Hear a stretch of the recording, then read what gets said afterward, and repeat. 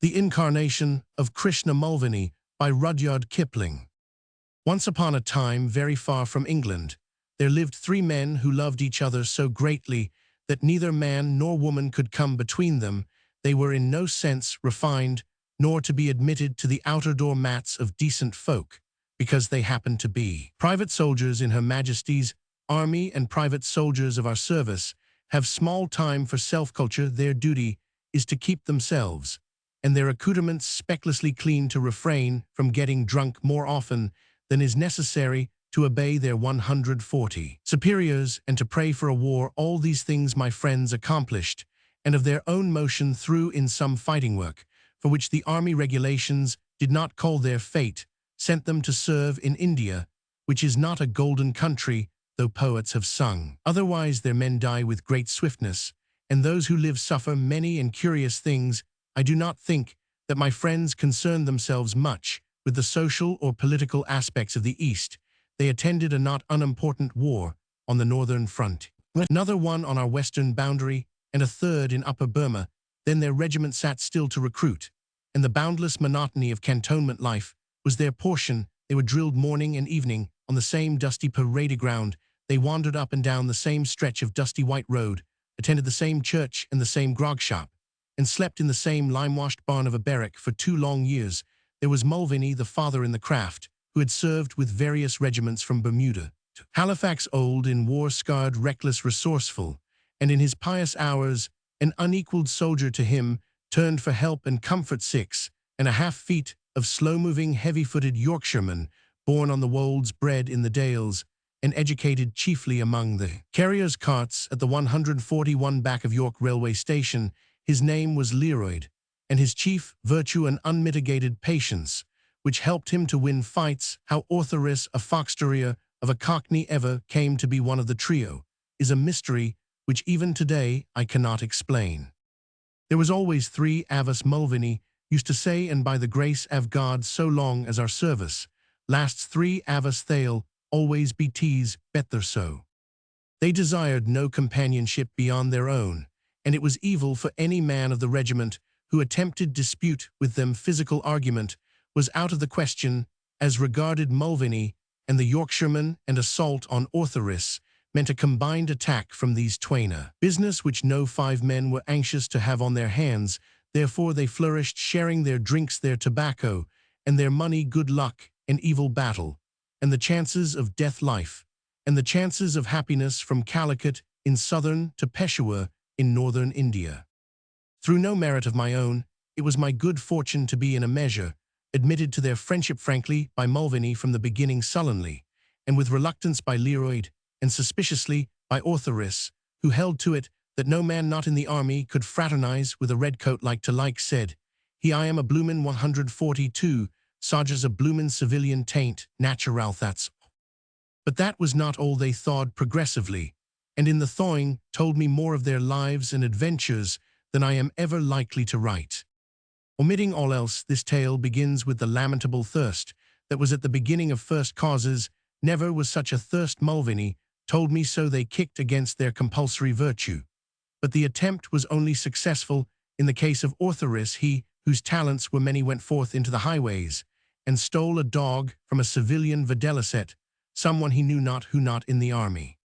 Now that civilian was but newly connected by marriage with the colonel of the regiment. An outcry was made from quarters least anticipated by Orthoris, and in the end he was forced, lest a worse thing should happen, to dispose at ridiculously unremunerative rates of as promising a small terrier as ever graced one end of a leading string. The purchase money was barely sufficient for one small outbreak, which led him to the guardroom. He escaped, however, with nothing worse than a severe reprimand and a few hours of punishment drill. Not for nothing had he acquired the reputation of being the best soldier of his inches in the regiment. Mulvaney 143 had taught personal cleanliness and efficiency as the first articles of his companion's creed. Dirty man, he was used to say in the speech of his kind, goes to clink for a weakness in the knees, and is court-martialed for a pair of socks missin'. But a clean man, such as is an ornament to his service, a man whose buttons are gold, whose coat is wax upon him, and whose countriments are without a speck, that man may spacken in reason, do what he likes in da trink from day to Roman 553, that's the pride av bane dasent. We sat together upon a day in the shade of a ravine far from the barracks, where a watercourse used to run in rainy weather. Behind us was the scrub jungle, in which jackals, peacocks, the grey wolves of the northwestern provinces, and occasionally a tiger estrayed from central India, was supposed to dwell. In front lay the cantonment, glaring white under a glaring sun, and on either side ran the broad road that led to Delhi.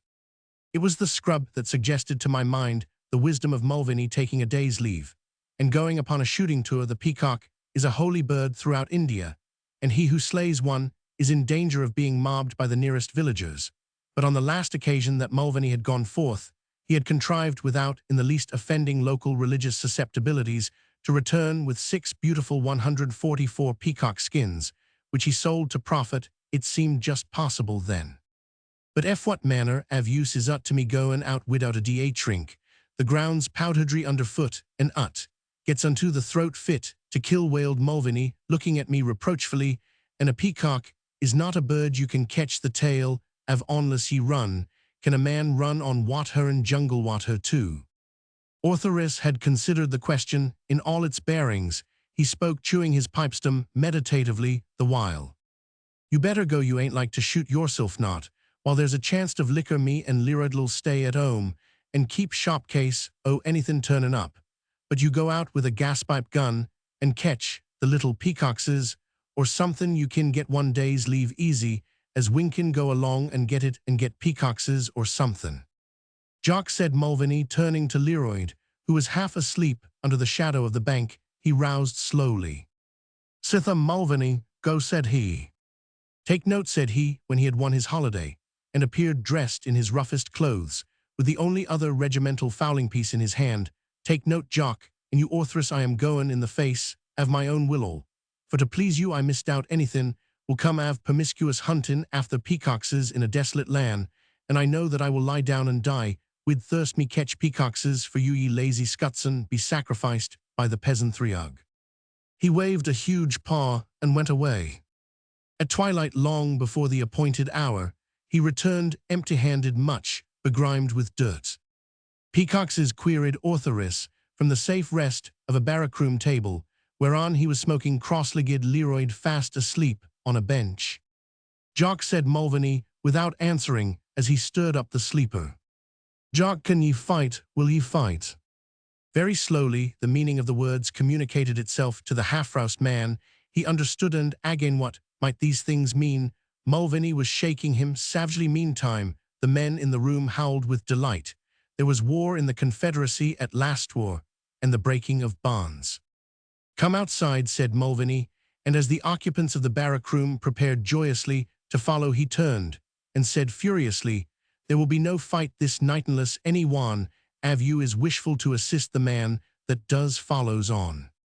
No man moved. The three passed out into the moonlight. Leroyd, fumbling with the buttons of his coat, the parade ground was deserted, except for the scurrying jackals. Mulvaney's impetuous rush carried his companions far into the open air. Leroyd attempted to turn round and continue the discussion. Be still now, 'twas my fault for beginning things in the middle av an end, Jock. I should ha' commenced wid an explanation. But Jock, dear, on your soul, are ye fit, think you, for the finest fight that iver was better than fightin' me? Consider before ye answer. They sat them down, the men looking on from afar, and Mulvaney untangled himself in mighty words. Following your fool's scheme, I went out into the trackless desert beyond the barracks, and there I met a pious Hindu driving a bullock cart. I took it for granted he would be delighted for to convoy me a piece, and I jumped in. You long, lazy, black-haired swine, drawled Orthoris, who would have done the same thing under similar circumstances. 'Twas the height av policy that Nagerman d'H miles and miles as far as the new railway line, there a buildin' now back av the Tavi River, tease a cart for d'hurt. Only says he now and again timorously to get me out av ut d'hurt. I am, says I, and the da triest that you ever carted drive on me, son, and glory be wid you. At that I went to sleep and took no heed, till he pulled up on the embankment av the line, where the coolies were pillin' mud. There was a mat there av 2,000 coolies on that line you remember that. Presently, a bell rang and they throops off to a big paste. Where's the white man in charge, says I to my 148 cart driver in the shed, says, he engaged on a riffle, what says Roman 1 riffle, says he you take ticket, he take money you get nothing, ho says, I that's what the superior and cultivated man calls a raffle me misbeguided child av darkness. And sin lead on to that raffle though. What the mischief tease doin' so far away from ut's home which is the charity bazaar at Christmas, and the colonel's wife grinnin' behind the tea-tablies more than I know wid that I went to the shed, and found 'twas payday among the coolies, their wages was on a table, forninst a big fine red buck, av a mansive 1 foot high 4 foot wide and 3 foot thick wid a fist on him like a corn sack. He was payin' the coolies fair and easy, but he would ask each man if he would raffle that month, and each man says yes, av course thin he would deduct from their wages accordin' when all was paid. He filled an oud cigar box full av gunwads and scattered ut among the coolies. They did not take much joy av that performance, and small wonder a man close to me picks up a black gunwad and sings out, I have ut good may ut do you, says Roman 1. The coolie went forward to this big fine red man, who threw a cloth off av the most sumptuous jeweled, enameled and variously bedivelled sedan chair I ever saw. Sedan chair put your eed in a bag. That 149 was a palanquin. Don't you know a palanquin? When you see it, said Orthoris, with great scorn. Out of this, says he, I am in charge av this section, av construction, im in charge av myself, says I, and it's like I will stay a while p 149 to list. I choose to call ut sedan chair, and chair ut shall be little man, continued the Irishman. 'Twas a most amazin' chair all lined wid pink silk, and fitted wid red silk. Curtains here ut is, says the red man. Here ut is, says the coolie, and he grinned weakly ways. Is ut any use to you, says the red man. No, says the coolie, id like to make a present av ut to you. I am graciously pleased to accept that same, says the red man, and at that all the coolies cried aloud in what was mint for cheerful notes, and went back to their diggin', lavin' me alone in the shed. The red man saw me, and his face grew blue on his big fat neck. What do you want here, says he. Stand in room and no more, says I, onless it may be what ye niver had, and that's manners, ye rafflin' ruffian, for I was not goin' to have the service throd upon out of this, says he. I am in charge av this section, av construction, im in charge av myself, says I, and it's like I will stay while die raffle much in these parts. What's that to you, says he. Nothin', says I, but a great deal to you, for begad I am thinkin' you get the full half av your revenue from that sedan chair. Is ut always raffled? So I says, and wid that I went to a coolie to ask questions. Boys, that man's name is Dearsley, and he's been 150 rafflin' that oud sedan chair monthly. This matter av 9 months. Every coolie on the section takes a ticketer. He gives em the gowance a month on payday. Every coolie that wins ut gives ut back to him, for tea's too big to carry away, and he de-sack the man that thried to sell ut. That Dearsley has been mackin' the rollin' wealth av Roshus by nefarious rafflin'. Think av the burnin' shame to the sufferin' cooliman, that the army in India are bound to protect and nourish in their bosoms 2,000 coolies defrauded once a month. Dom T coolies hast gotten T cheer, man, said Leroyd. Hood on havin' unearthed this amazin' and stupendous fraud committed by the man Dearsley, I held a council av war. He thryin' all the time to seduce me into a fight wid opprobrious language. That sedan chair niver belonged by right to any foreman av coolies. Tease a king's chair or a quan's. There's gold on ut and silk, and all manner av trapesaments. Boys, tease not for me to countenance any sort av wronged me bane. The oud man anyway, he has had ut 9 months, and he dare not make throuble av ut was taken from him 5 miles away, or ut may be 6. There was a long pause, and the jackals howled merrily. Leroyd bared one arm and contemplated it in the moonlight. Then he nodded partly to 151 himself, and partly to his friends. Orthoris wriggled with suppressed emotion. I thought ye would see the reasonableness av ut, said Mulvaney. I made bold to say as much to the man before he was for a direct front attack, foot horse and gunson, all for nothing seem, that I had no transport to convey the machine away. I will not argue wid you, says I, this day.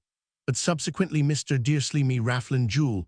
We talk ut out lengthways. Tease no good policy. to swindle the nager av. His hard-earned emoluments and by percent information was the kyart man that tud may have been perpetrating that same for 9 months. But I am a just man, says I, and overlooking the presumption that yonder seti with the gilt top was not come by honestat, that he turned skygreen, so I knew things was more through than tellable not come by honest. I am willin' to compound the felony for this month's winnings. Aho from Leroyd and Orthoris. That man Dearsley's Russian on his fate, continued Mulvaney, solemnly wagging his head. All hell had no name bad enough for me that tied faith. He called me a robber, me, that was savin' him from continuin' in his evil ways.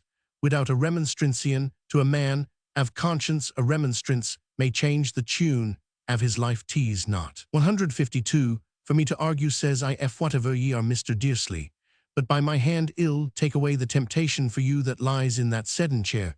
You will have to fight me for ut, says he, for well I know you will never dare make report to any one fight. I will, says I, but not this day, for I am reduced for want av nourishment yer. An ud bold hand, says he, sizing up me and down, and a jewel of a fight we will have eat now and da trink, and go your way wid, that he gave me some hump and whiskey good whiskyin.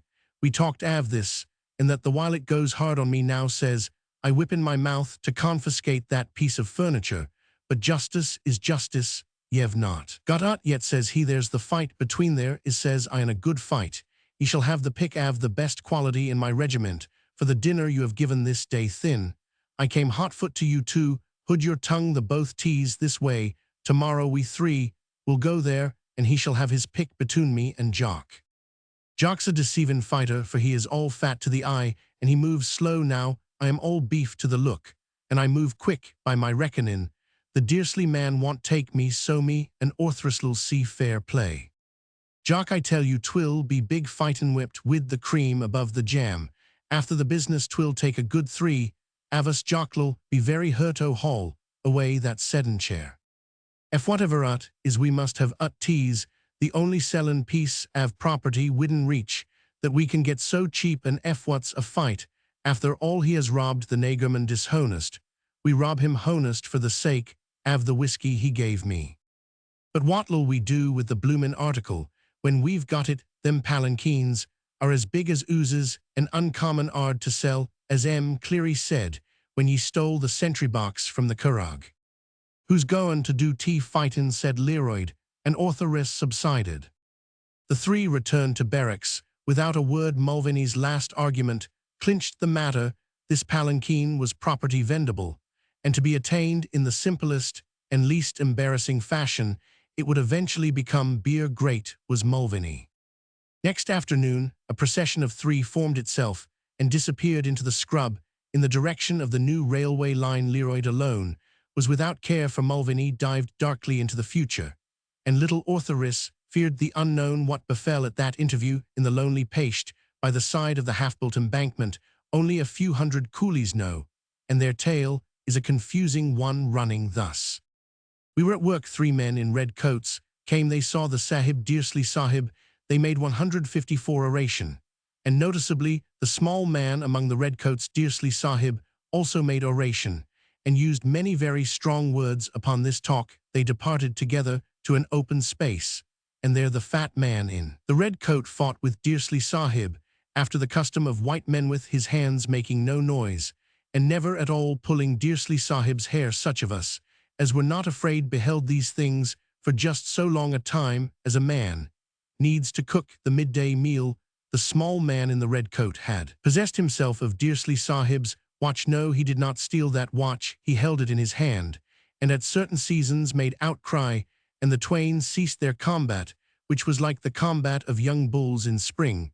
Both men were soon all red, but Dearsley Sahib was much more red than the other. Seeing this, and fearing for his life because we greatly loved him, some 50 of us made shift to rush upon the redcoats, but a certain man very black as to the hair, and in no way to be confused with the small man or the fat man who fought. That man, we affirm, ran upon us, and of us he embraced some 10 or 50 in both arms, and beat our heads together so that our livers turned to water, and we ran away. It is not good to interfere in the fightings of white men. After that, Dearsley Sahib fell and did not rise. These men jumped upon his stomach and despoiled him of all his money, and attempted to 155 fire the paste and departed. Is it true that Dearsley Sahib makes no complaint of these latter things having been done? We were senseless with fear, and do not at all remember. There was no palanquin near the paste. What do we know about palanquins? Is it true that Dearsley Sahib does not return to this place on account of his sickness for 10 days?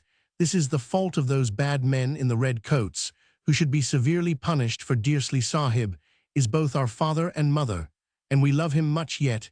If Dearsley Sahib does not return to this place at all, we will speak the truth. There was a palanquin, for the upkeep of which we were forced to pay 9/10 of our monthly wage. On such mulctings, Dearsley Sahib allowed us to make obeisance to him before the palanquin. What could we do? We were poor men. He took a full half of our wages. Will the government repay us those monies? Those 3 men in red coats bore the palanquin upon their shoulders, and departed. All the money that Dearsley Sahib had taken from us was in the cushions of that palanquin. Therefore they stole it. Thousands of rupees were there, all our money. It was our bank box to fill, which we cheerfully contributed to Dearsley Sahib 3/7 our monthly wage. Why does the white man look upon us with the eye of disfavor before God? There was a palanquin, and now there is no 156 palanquin. And if they send the police here to make inquisition, we can only say that there never has been any palanquin. Why should a palanquin be near these works? We are poor men, and we know nothing. Such is the simplest version of the simplest story connected with the descent upon Dearsley. From the lips of the coolies, I received it. Dearsley himself was in no condition to say anything, and Mulvaney preserved a massive silence, broken only by the occasional licking of the lips. He had seen a fight so gorgeous that even his power of speech was taken from him. I respected that reserve, until 3 days after the affair, I discovered in a disused stable in my quarters a palanquin of unchastened splendor. Evidently, in past days, the litter of a queen, the pole whereby it swung between the shoulders of the bearers, was rich with the painted papier-mâché of cashmere. The shoulder pads were of yellow silk. The panels of the litter itself were ablaze with the loves of all the gods and goddesses of the Hindu pantheon. Lacquer on cedar, the cedar sliding doors were fitted with hasps of translucent Jaipur enamel, and ran in grooves shod with silver. The cushions were of brocaded Delhi silk, and the curtains, which once hid any glimpse of the beauty of the king's palace, were stiff with gold. Closer investigation showed that the entire fabric was 157, everywhere rubbed and discolored by time and wear. But even thus, it was sufficiently gorgeous to deserve housing on the threshold of a royal zenana. I found no fault with it, except that it was in my stable. Then, trying to lift it by the silver-shod shoulder pole, I laughed. The road from Dearsley's paste to the cantonment was a narrow and uneven one, and traversed by 3 very inexperienced palanquin bearers, one of whom was sorely battered about the head. Must have been a path of torment. Still, I did not quite recognize the right of the 3 musketeers to turn me into a fence for stolen property. 9 rounds, they were even matched, and at the 10th P 157 to list. "I'm asking you to warehouse ut," said Mulvaney, when he was brought to consider the question. "There's no steel in ut. Dearsley told us we could have ut if we fought. Jock fought no sore when the throuble was at ut's finest, and Jock was bleedin' like a stuck pig, and little Orthris was queelin' on one leg, chewing big bites out av Dearsley's watch. I would ha' given my place at the fight to have had you see 1 round he tucked Jock, as I suspicioned he would, and Jock was deceptive. 9 rounds, they were even matched, and at the 10th, about that palanquin now, there's not the least throuble in the world, or we would not ha' brought out here. You will understand that the Queen, God bless her, does not reckon for a 158 privet soldier to cape elephants and palanquins and sitch in barracks. After we had dragged ut down from Dearsley's through that cruel scrub that near broke Orthris' heart, we set ut in the ravine for a night, and a thief, a porcupine and a sive-cat av a jackal roosted in ut, as well we knew. In the morning, I put ut to you sore, is an elegant palanquin fit for the princess, the natural Aberdeen place. Av all the vermin encampments we brought ut to you after Dehark, and put ut in your table. Do not let your conscience prick. Think av the rejoicin' men in the paste yonder looking at Dearsley wid his head tied up in a towyland, well knowing that they can draw their pay every month without stoppages for riffles. Indirectly saw you have rescued from an unprincipled son, av a nighthawk, the peasantry, av a numerous village, and besides, will I let that sedan chair rot on our hands? not Roman one teas, not every day a piece of pure jewelry comes into the market.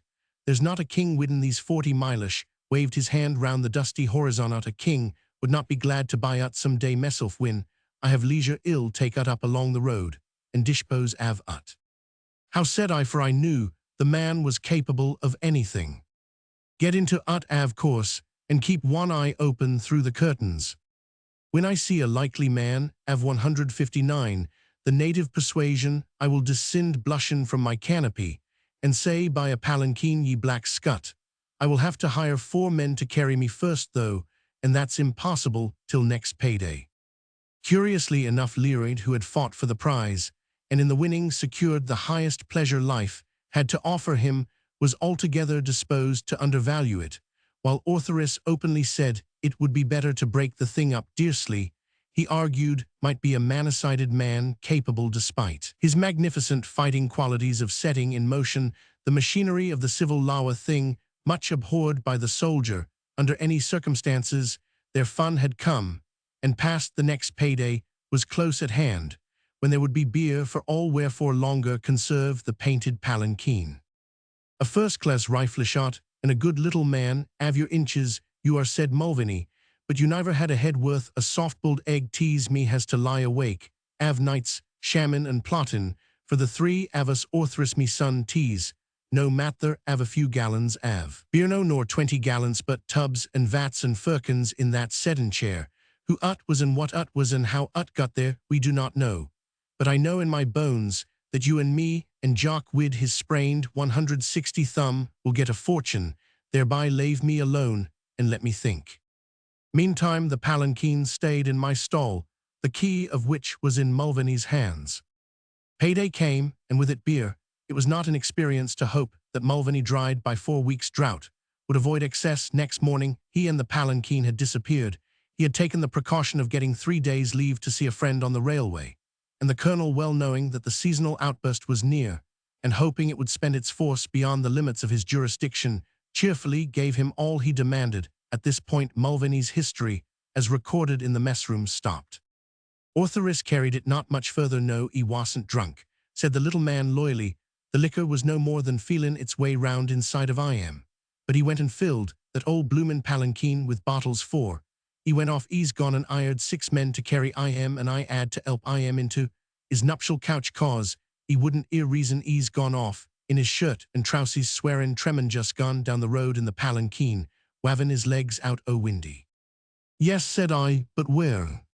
Now you arks me a question. He said he was goin' to sell that palanquin, but from observations 161, what happened when I was stuffin' IM through the door, I fancy he's gone to the new embankment to market. Dearsley, soon as Jock's off duty, I am goin' there to see if he's safe, not Mulvaney, but t'other man, my saints. But I pity IM as helps Terence out o' the palanquin when he's once fair drunk. He'll come back without harm, I said. Course he will. Any question is what'll he be doin' on the road? Killing, Dearsley, like as not he shouldn't ha' gone without Jock or me. Reinforced by Rudyard, Orthoris sought the foreman of the coolie gang. Dearsley's head was still embellished with towels. Mulvaney, drunk or sober, would have struck no man in that condition, and Dearsley indignantly denied that he would have taken advantage of the intoxicated brave. I had my pick o' you two, he explained to Rudyard, and you got my palanquin out before Id made my profit on it. Why'd I do harm when everything's settled? Your man did come here drunk as Davies, so on a frosty night came a purpose to mock me, stuck his head out of the door and called me a crucified hodman. I made him drunker and sent him along, but I never touched him. To these things Rudyard, slow to perceive the evidences of sincerity, answered, only if oat comes 162 to Mulvaney. Long o, you ill gripple, you clouts, or no clouts on your ugly head, an ill draw throat twistaways man, see there now. The embassy removed itself, and Dearsley the battered laughed alone over his supper that evening.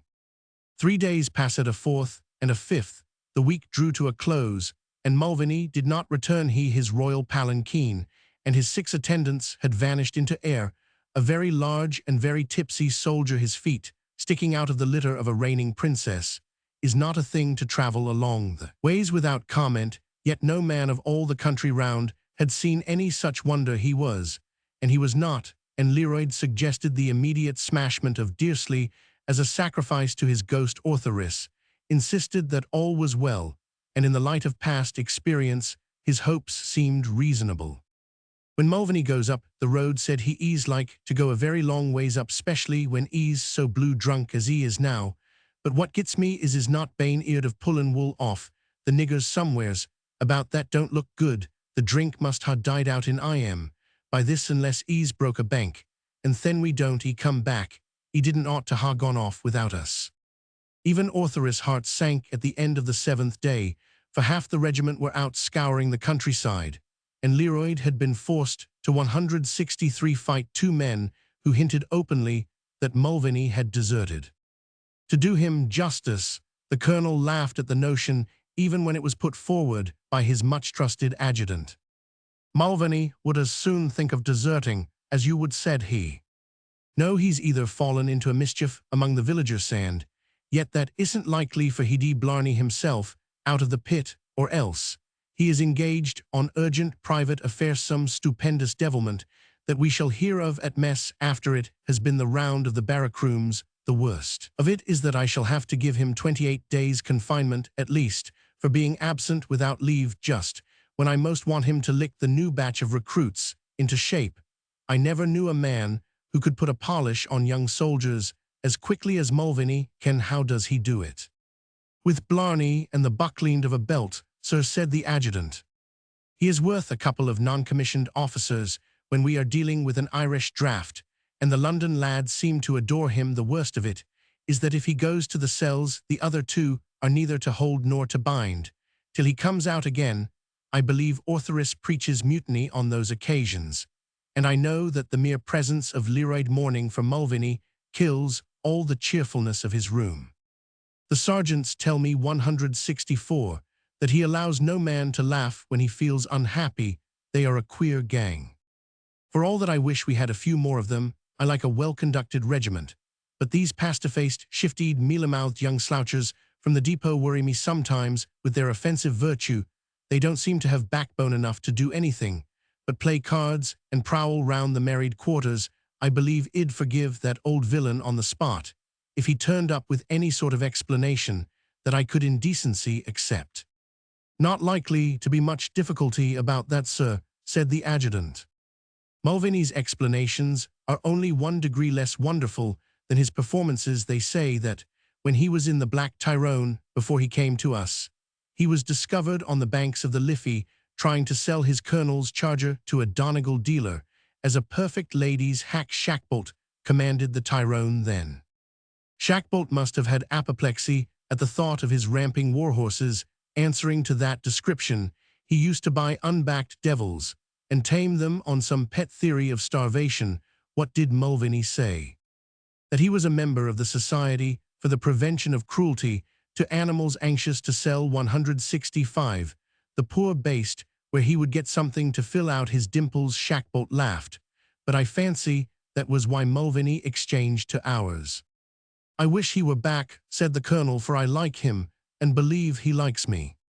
That evening, to cheer our souls, Leroyd authoress and I went into the waist to smoke out a porcupine. All the dogs attended, but even their clamor, and they began to discuss the shortcomings of porcupines. Before they left, cantonments could not take us out of ourselves.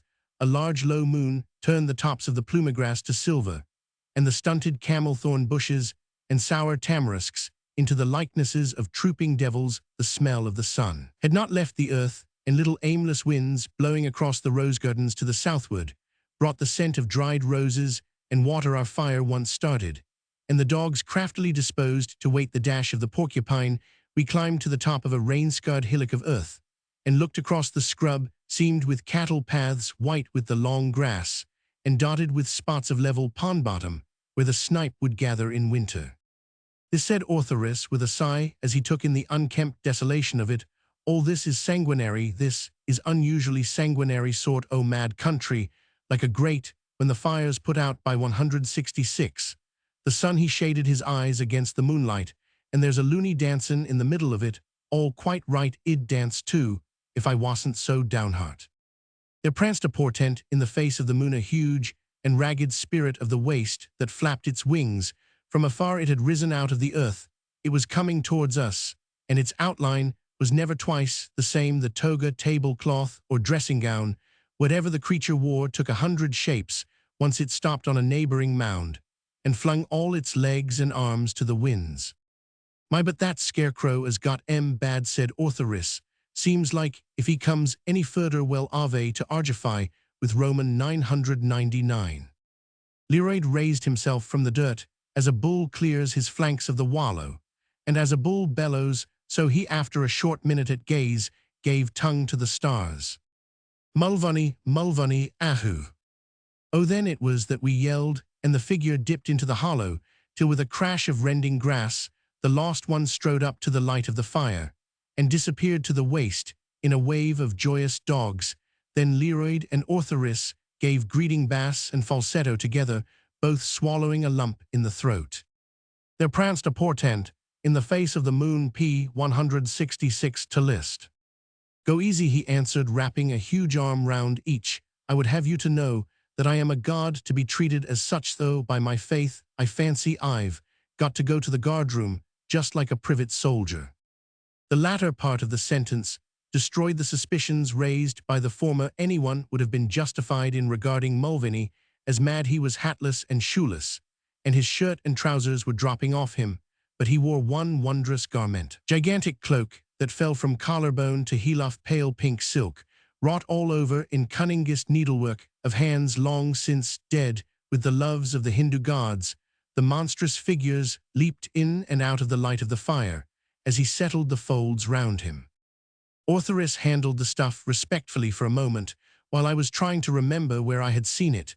Before then, he screamed, "What have you done with the palanquin you wearin' the linen?"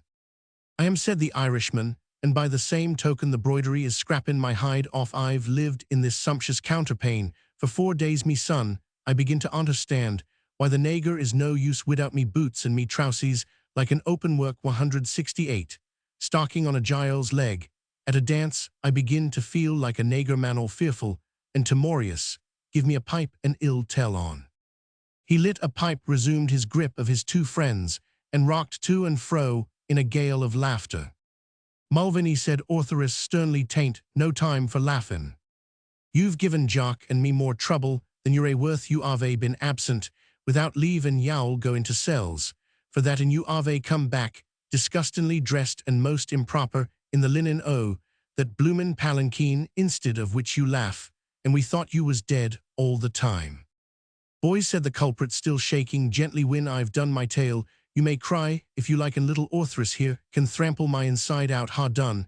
And listen, my performances have been stupendous. My luck has been the blessed luck of the British Army, and there's no better than that I went out drunk and drinkin' in the palanquin, and I have come back a pink god. Did any of you go to Deersley after my time was up? He was at the bottom of it all." "I said so," murmured Leroyd. "Tomorrow I'll smash face in upon his head." "You will not. Deersley's a jewel of a man." After Orthoris had put me into the palanquin, and the 6 bearer men were grunting down the road 169, I tuck thought to mock Deersley for that fight, so I tould them go to the embankment, and their bane most amazin' full ish tuck my head out of the concern, and passed compliments wid Deersley. I must ha miscalled him outrageous, for when I am that way the power av the tongue comes on me. I can bear remember tellin' him that his mouth opened endways like the mouth av a skate which was through after Leroyd had handled ut, and I clear remember his talkin' no manner nor matter av offense, but givin' me a big trink of beer. 'Twas the beer did the thrick, for I crawled back into the palanquin, steppin' on me right ear wid me left foot, and thin I slept like the dead onst I half roused, and begad the noise in my head was tremendous roarin' and rattlin' and poundin', such as was quite new to me. Mother av mercy. Thinks I, what a concertina I will have on my shoulders when I waken wid that. I curls myself up to sleep before should get hood on me. Boys, that noise was not trink, 'twas the rattle av a thrain. There followed an impressive pause. Yes, he had put me on a thrain, put me palanquin, and all, and 6 black assassins av his own coolies that was in his nefarious confidence on the flat av a ballast thruck, and we were rollin' and bowlin' along to Benares. Glory be, that I did not 170 wake up thin and introduce myself to the coolies. As I was saying, I slept for the better part of a day and a night. But remember you that man Dearsley had packed me off on one of his material trains to Benares all for to make me overstay my leave and get me into the cells. The explanation was an eminently rational one. Benares lay at least 10 hours by rail from the cantonments, and nothing in the world could have saved Mulvaney from arrest as a deserter had he appeared there in the apparel of his orgies. Dearsley had not forgotten to take revenge. Lyra, drawing back a little, began to play soft blows over selected portions of Mulvaney's body. His thoughts were away on the embankment, and they meditated evil for Dearsley. Mulvaney continued. When I was full awake, the palanquin was set down in a street I suspicioned, for I could hear people passing and talking. But I knew well I was far from home. There is a queer smell upon our cantonments, a smell av dried earth and brick kilns wid whiffs av cavalry stable litter. This place smelt marigold flowers and bad water and wanst something alive. Came and blew heavy with his muzzle at the chink av the shutter. It's in a village I am, thinks I to myself, and the parochial buffalo is investigating the palanquin. But anyways, I had no desire to move, only lie still when you're in 171 foreign parts, and the standing luck av the British Army will carry ye through. That is an epigram I made ut. Then a lot av whisperin' divils surrounded the palanquin. Take ut up, says one man, but hull pay us, says another. The Maharanese minister, av course, says the man. Oh ho, says I to myself, I'm a quan in me own right wid a minister to pay me expenses. I'll be an emperor if I lie still long enough. But this is no village I've found. I lay quiet, but I gummed me right eye to a crack av the shutters, and I saw that the whole street was crammed wid palanquins and horses, and a sprinkling av naked priests, all yellow powder and tigers' tails. But I may tell you, Orthris and you Lyroid, that av all the palanquins ours was the most imperial and magnificent. Now, a palanquin means a native lady all the world over, except when a soldier av the quan happens to be talking a ride women and priests. Says Roman 1, your father's son is in the right pew this time, Terence. There will be proceedings. 6 black divils in pink muslin tuck up the palanquin, and oh, but the rollin' and the rockin' made me sick thin. We got fair jammed among the palanquins, not more than 50 av themen. We grated and bumped like Queenstown potatoes. Max, in a runnin' tide, I could hear the women gigglin' and 172 squirkin' in their palanquins. But mine was the royal equipage. They made way for ut, and begad the pink muslin men o' mine were howlin' room for the Maharani av Gockrell Sitar run. Do you know aught av the lady sore? Yes, said Roman 1, she is a very estimable old queen of the central Indian states, and they say she is fat. How on earth could she go to Benares without all the city knowing her palanquin? 'Twas the eternal foolishness av the nagerman. They saw the palanquin lying loneful and forlorn some, and the beauty av ut, after Dearsley's men had dropped ut and gone away, and they gave ut the best name that occurred to them. Quite right too, for aught we know the ood lady was Thravelin incog. Like me, I am glad to hear she's fat. I was no light weight myself, and my men were mortial anxious to drop me under a great big archway promiscuously ornamented with the most improper carvings and cuttins I ever saw. Begad, they made me blush like a Maharani. The temple of Prithai Devi, I murmured, remembering the monstrous horrors of that sculptured archway at Benares. Pretty devilskins, savin' your presence sore. There was nothing pretty about ut, except me. 'Twas all half dehark, and when the coolies left, they 173 shut a big black gate behind av us, and half a company av fat yellow priests began pulley-haulin' the palanquins into a darker place, yet a big stone hall full av pillars and gods and incense, and all manner av similar thruck. The gate disconcerted me, for I perceived I would have to go forward to get out my retreat bane cut off. By the same token, a good priest makes a bad palanquinculi. Begad, they nearly turned me inside out, draggin' the palanquin to the temple. Now the disposition av the forces inside was this way. The Maharani av Gockrell Sitarunthat was melee by the favor av Providence on the far left flank behind the dehark av a pillar carved with elephants' heads. The remainder av the palanquins was in big half-circle facing into the biggest, fattest, and most amazing shegad that ever I dreamed av her head ran up into the black above us, and her feet stuck out in the light, av a little fire av melted butter, that a priest was feeding out av a butter dish thin. A man began to sing and play on something back in the D-hark, and 'twas queer song made my hair lift on the back av my neck thin.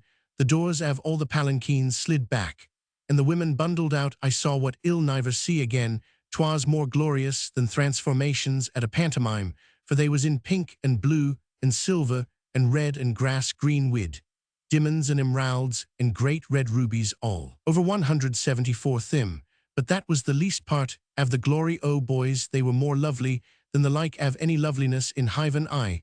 Their little bare feet were better than the white hands av a lord's lady, and their mouths were like puckered roses, and their eyes were bigger and darker than the eyes av any living women I've seen. Ye may laugh, but I am speaking truth. I never saw the like, and neither I will again. Seeing that in all probability you are watching the wives and daughters of most of the kings of India, the chances are that you want, I said, for it was dawning on me that Mulvaney had stumbled upon a big queen's praying at Benares. I never will, he said mournfully. That sight doesn't come twist to any man. It made me ashamed to watch a fat priest knocked at my door. I didn't think he'd have the insolence to disturb the Maharani av Gokral Sitaran, so I lay still. The old cow's asleep. Says he to another, let her be. Says that 'twill be long before she has a calf. I might ha known, before he spoke, that all a woman prays for in Indian for matter that in England too he's child her, that made me more sorry id come me bane, as you well know, a childless man. He was silent for a moment, thinking of his little son, dead many years ago. He hunted in the folds of his pink cloak, ran a hand under one, and thrust into the firelight a foot-long embroidered presentment of the great god Krishna, playing on a flute. The heavy jowl, the staring eye, and the blue-black mustache of the god made up a far-off resemblance to Mulvaney. The blaze was gone in a wink, but the whole 176 shame came to me thin. I believe I was mad too. I slid the off-shutter open and rolled out into the D-hark behind the elephant head pillar, tucked up my trousies to my knees, slipped off my boots and tuck a general hood, av all the pink linen, av the palanquin glory be ripped out like a woman's diatrice. When you tread on at a sergeant's ball, and a bottle came with I tucked the bottle, and the next minute I was out av the D-hark, av the pillar, the pink linen wrapped round me most graceful, the music thunderin' like kettle drums, and a good draught blowin' round my bare legs. By this hand that did I was Krishna tootlin' on the fluteth god that the regimental chaplain talks about, a sweet sight. I must ha looked. I knew my eyes were big, and my face was wax white, and at the worst I must ha looked like a ghost, but they took me for the living god. The music stopped, and the women were dead dumb, and I crooked my legs like a shepherd on a china basin, and I did the ghost waggle with my feet, as I had done at the regimental theatre many times, and I slid across the width av that temple in front av the shegad tootlin' on the beer bottle. What did you toot? Demanded Orthoris the practic. I was Krishna tootlin' on the flute p. To list. Me Mulvaney sprang up, suiting the 177 action to the word, and sliding gravely in front of us, a dilapidated but imposing deity in the half-light. I sang. I didn't know me own voice. When I sang an ode, 'twas pitiful to see the women, the darlings were down on their faces. When I passed the last one, I could see her poor little fingers working one in another, as if she wanted to touch my feet, so I da-trew the tail of this pink overcoat over her head for the greater honor, and I slid into the D-hark on the other side of the temple, and fetched up in the arms of a big fat priest. All I wanted was to get away clear, so I tuck him by his greasy throat, and shut the speech out of him. Out, says Roman one. Which way ye fat heatheno, says he. Man, says Roman one. White man, soldier man, common soldier man. Where in the name av confusion is the back door. The women in the temple were still on their faces, and a young priest was holding out his arms above their heads. This way, says my fat friend, duckin' behind a big bulgard and divin into a passage thin. I remembered that I must ha made the miraculous 178 reputation av that temple for the next 50 years. Not so fast, I says, and I held out both my hands with a wink that Ud thief smiled like a father. I tuck him by the back of the neck, in case he should be wishful to put a knife into me unbeknownst, and I ran him up and down the passage twice to collect his sensibilities. Be quiet, says he in English now, you talk sense I. Says what'll you give me for the use av that most elegant palanquin, I have no time to take away, don't tell, says he is like says Roman 1. But ye might give me my railway fare, I am far from my home, and I've done you a service, boys. 'Tis a good thing to be a priest. The Ud man neither throubled himself to draw from a bank, as I will prove to you subsequent. He philandered all round the slack of his clothes, and began dribbling 10 rupee notes, old gold mohurs, and rupees into my hand, till I could hood no more. You lie, said Orthoris, you're a mad or sunstruck. A native don't give coin, unless you cut it out, O Roman 999 taint nature. Then my lie and my sunstroke is concealed under that lump av sod yonder, retorted Mulvaney, unruffled, nodding across the scrub. And there's a dale more in nature than your squidgy little legs have ever taken you to Orthoris, me son, for 179 rupees, by my reckoning, and a big fat gold necklace that I took from him as a remembrancer, was our share in that business. And he give it you for love, said Orthoris.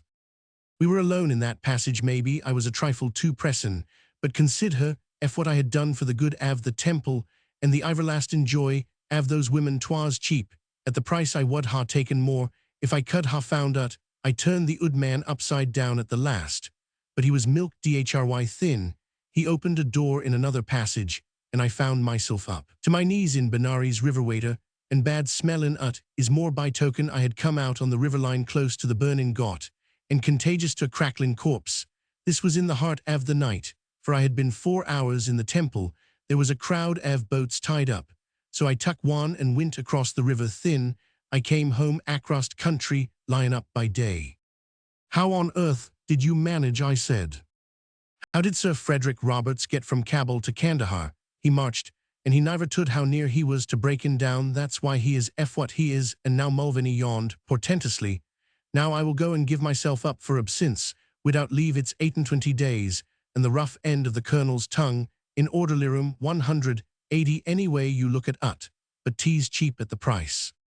Mulvaney, said I softly, if there happens to be any sort of excuse that the colonel can in any way, except I have a notion that y'all get nothing more than the dressing down the new recruits are in, and not a word more, sore, is ut excuses. The old man wants 'tis not my way, but he shall have them. Ill tell him I was engaged in financial operations, connected wid a church, and he flapped his way to cantonments and the cells singing lustily. And when he was lost in the mist of the moonlight, we could hear the refrain. Therewith he surrendered himself to the joyful and almost weeping guard, and was made much of by his fellows. But to the colonel he said that he had been smitten with sunstroke, and had lain 181 insensible on a villager's cot for untold hours, and between laughter and goodwill, the affair was smoothed over, so that he could next day teach the new recruits how to fear God, honor the Queen, shoot straight, and keep clean.